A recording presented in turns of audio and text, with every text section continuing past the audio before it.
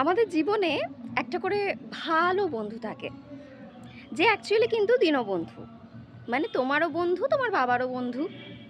তার এরকম ভালো বন্ধু অনেক আছে, কিন্তু তুমি সেটা জানো না যে তার এরকম আরও ভালো বন্ধু আছে। তো সে কি করবে?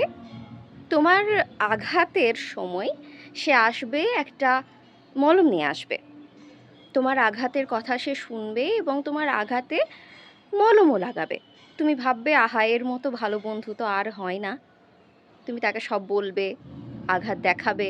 কখন হয়েছিল, কেন হয়েছিল, কোন ডাক্তারের কাছে গেছিলে, কেন ডাক্তার চেঞ্জ করবে, মানে এই ধরনের আঘাত সংক্রান্ত সবটাই শুনবে।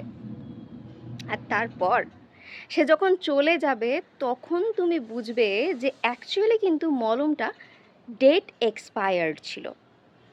কারণ তোমার আঘাতের কথা শুনে সে তার বাকি সমস্ত ভালো বন্ধুদেরকে সেই গল্প করবে মজা নেওয়ার জন্য। তাই এই সাত সকালে একটাই কথা বলতে আসা, be aware of those fake friends.